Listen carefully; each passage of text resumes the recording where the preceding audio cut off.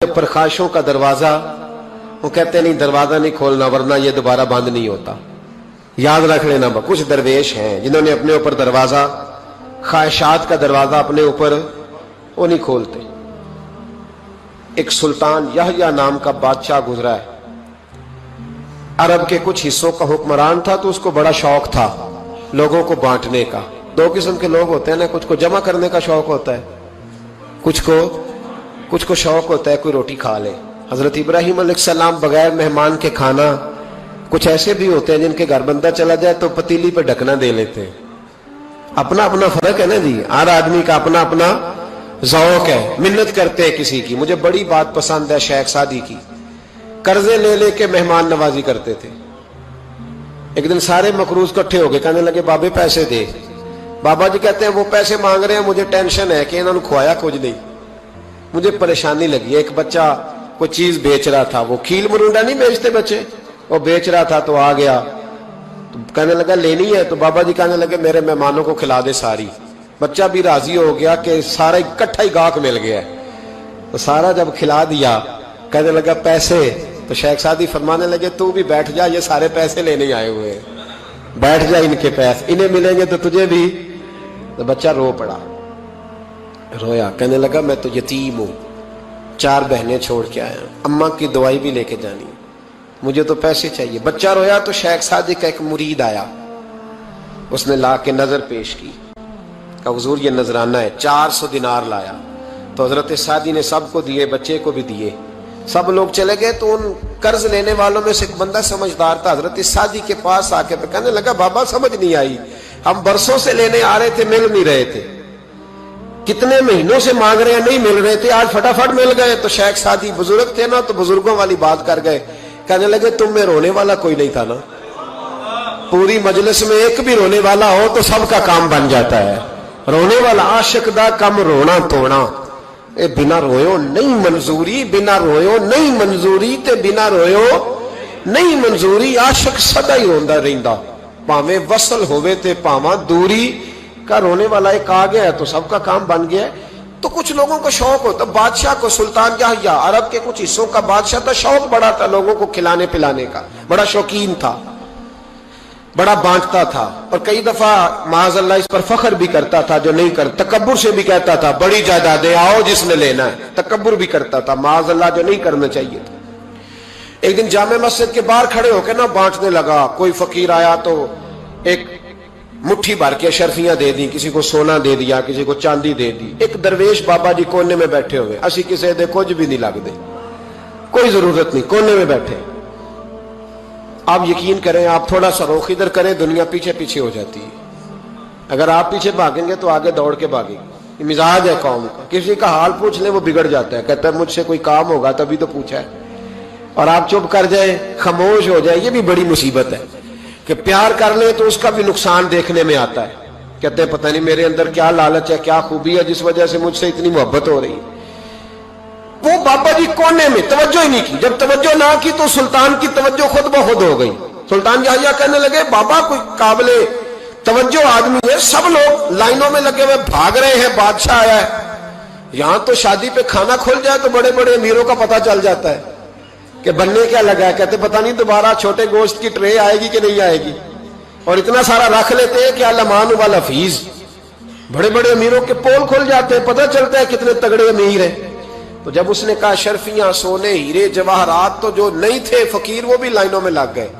لیکن وہ فقیر پھٹے پرانے کپڑے، سانو تخت ہزارے دی لوڑ کیے، نالے کی لگے شہر بمبول دے نال، اسی اپنی بال کے سیکھنے، سانو کی لگے کسی اور دے نال. اور اقبال نے اس کی تشریح کی. اقبال کہنے لگے ہوا گو تند و تیز ہے لیکن چراغ اپنا جلا رہا ہے. ہوا گو تند و تیز ہے، تیز ہوا میں چراغ نہیں جلتے. ہوا گو تند و تیز ہے لیکن چراغ اپنا جلا رہا ہے.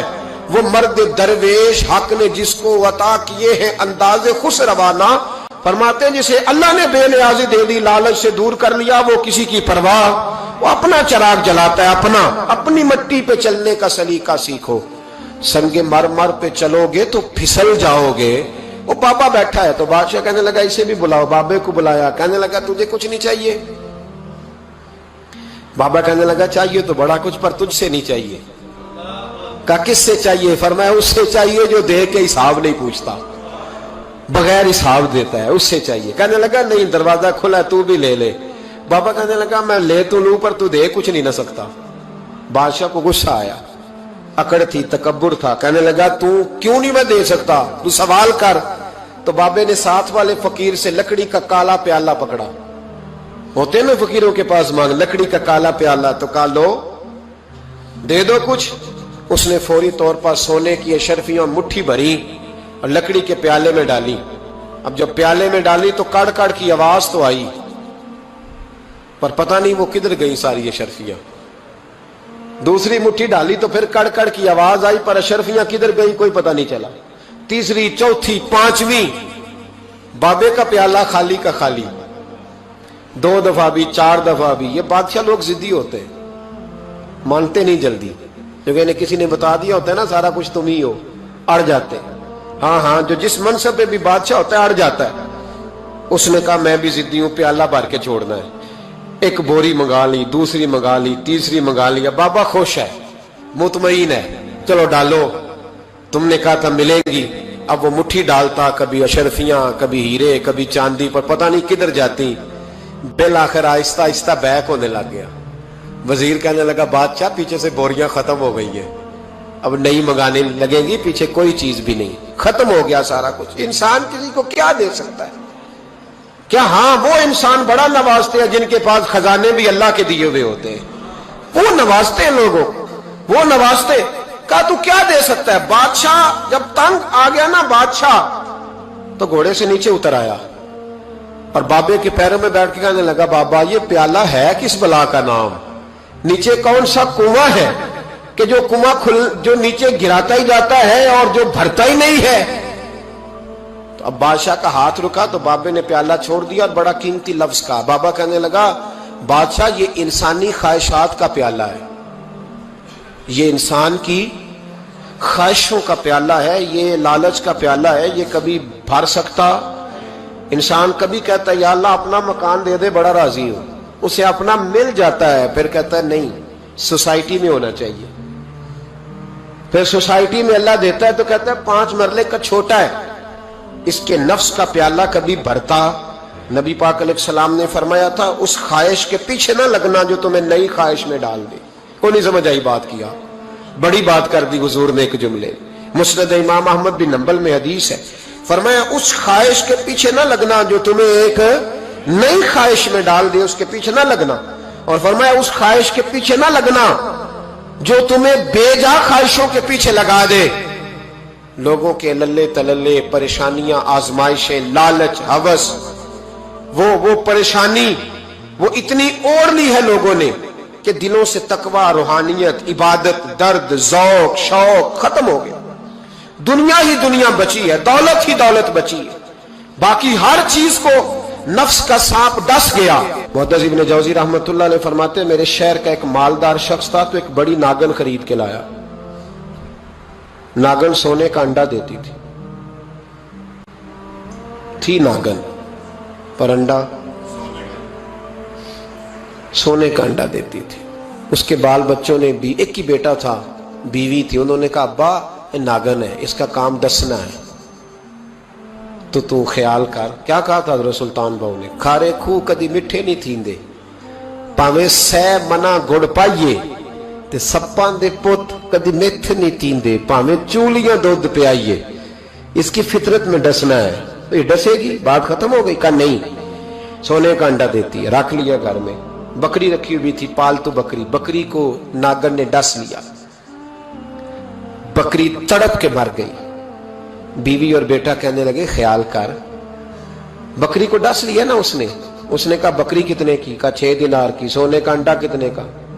का 50,000 दिनार का। तो कहने लगा छोड़ो, अंडा तो मिल रहा है ना, अगरचे नागन है, अंडा तो आ रहा है। कुछ दिनों के बाद घर में घोड़ा रखा था, घोड़े को डस लिया, तड़प के मरा घोड़ा। उसको फिर समझाया बीवी और बेटे ने कि बस कर दे, ये नागन है, ये डसेगी।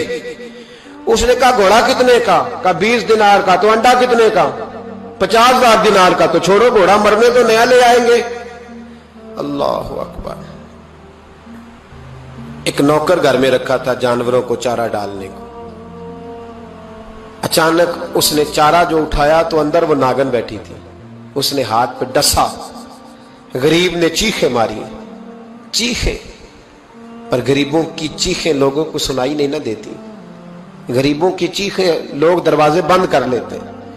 लोगों ने इसलिए काले शीशे लगाए हैं कारों को कि गरीबों की चीखें ना दिखाई दे ना सुनाई दे। नागन ने डसा, चीखने लगा नौकर, लेकिन गरीब का खून भी सस्ता होता है ना। उसका सारा वजूद जहर से फट गया, लेकिन मालिक को तरस न आया। कहने लगा नया मुलाजम आ जाएगा। अब बीवी और बेटे ने पैरों में बैठ के समझाया कि बस कर दे, इसको छोड़ दे कहीं या मार डाल, ये नागन है। उसने कहा पागल हो गए हो, कभी सोने का अंडा देखा है? सोने का अंडा देती है। वक्त गुजरने लगा, चंद महीने सुकून के गुजरे, लोग बात भूल गए। एक दिन सवेरे सवेरे कमरे से मां के रोने की आवाज आई, और जब अम्मा चीखी, खामन दौड़ा तो कहने लगी ले तेरे सोने के अंडे बच गए। और वो देख मेरे बेटे को डस के बिस्तर से उतर गई है। वो देख मेरा इकलौता बेटा।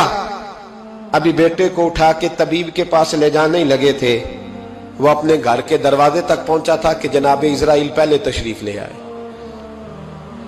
अब जब वापस आया, बेटे का जनाजा बड़ा मुश्किल है बाप के लिए उठाना, बड़ा मुश्किल है, बड़ा मुश्किल। रोने लगा, चीखने लगा। एक बेटा वो भी पर्दा कर गया। जनाजा उठा, लोग उसको दफन करने के लिए निकले तो मां ने भी सारा सामान समेटा। मां ने भी वापस आके कहने लगा तू कहां जा रही है? कहने लगी इस वेड़े में, इस सहन में मेरे बेटे की मौत हुई। यहां सोने के अंडे बचे पर मेरा बेटा नहीं बचा। मैंने उस आंगन को क्या करना है जिसमें सोना तो पड़ा हो पर बेटा मां पुकारने वाला हो ही कोई ना। मेरी तो सारी आरज़ुएं उजड़ गई, तेरे लालच ने हर चीज तबाह कर दी। कहने लगा मैं इसे मार डालूंगा, निकाल दूंगा, अब क्या फायदा। तो खत्म हो गई बात। देख कदरा कुछ कदर न जाती, कीती खूब तसल्ली हूं, दुनियादार पुजारी जर दे, कुत्ते दे गल टल्ली हूं, अब क्या फायदा। बीबी निकली तो शख्स